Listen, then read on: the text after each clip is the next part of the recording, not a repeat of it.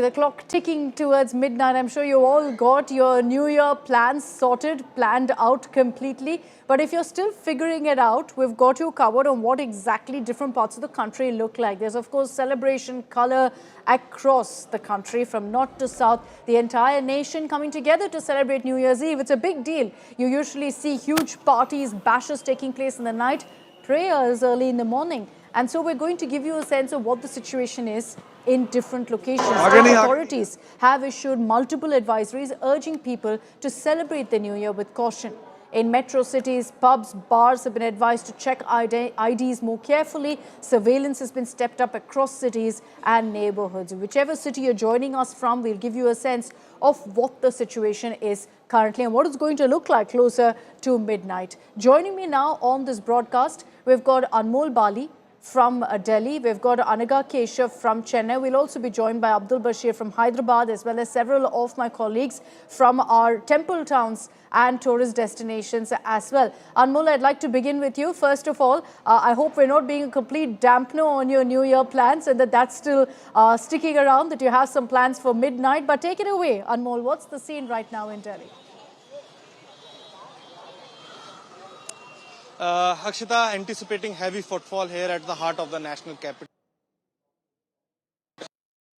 After 7 p.m. it will be seen that traffic movement will be restricted here in the Connaught Place, where I'm standing outside the Palika Bazaar, where I'll show you the current visuals of the CP, the heart of the national capital, one of the biggest market of the central Delhi, where you can see clearly in the visuals the traffic movement here, which clearly shows that the inner circle is all jammed due to the traffic movement. On the other hand, I'll also show you the security arrangements being made by the Delhi police.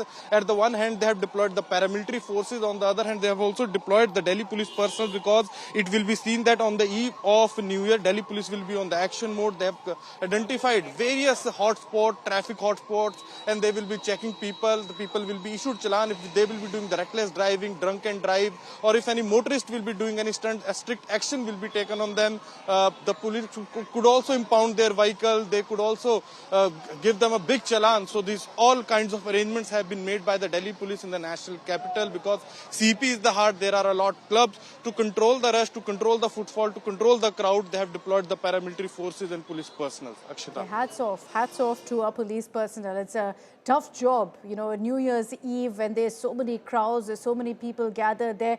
They're standing solid. They're not going to have any celebrations with their family, because they're out there protecting each one of us and ensuring the roads are safe. Okay, we're opening this up to all of our reporters. Anaga Keshav is joining us live from Chennai. Anaga, vanakkam. I can see Chennai beautifully lit up behind you. Is the city going to be up till 2, 3 a.m. partying away?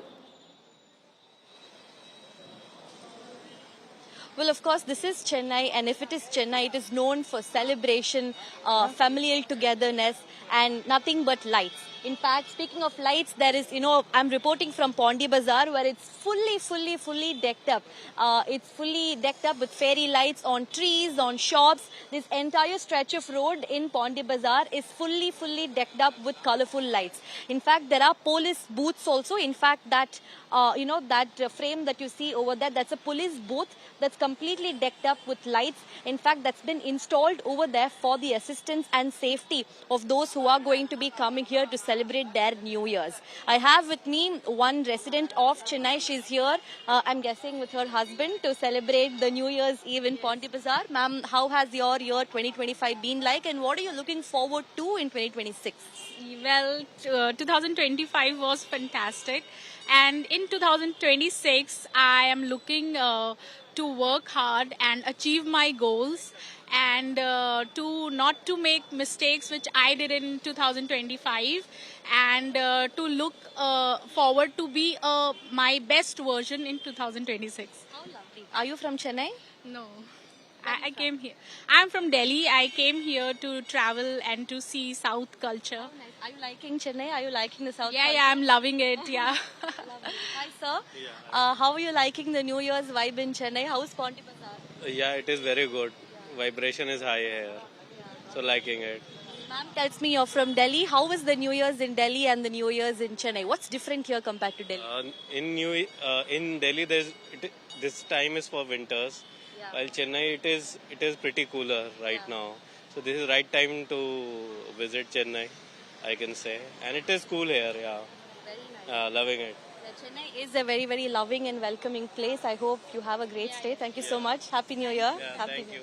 So that's the vibe here in Chennai's Pondi Bazaar. The best spot here in the whole of Chennai is Pondi Bazaar because it's the hustling, bustling shopping spot of Chennai. It's fully decked up, and it's only the whole atmosphere is only going to reach fever pitch as the countdown begins for New Year 2026. I completely endorse the gentleman there, Anaga. As someone who's stuck in the freezing cold here in Delhi, I'm a Chennai girl.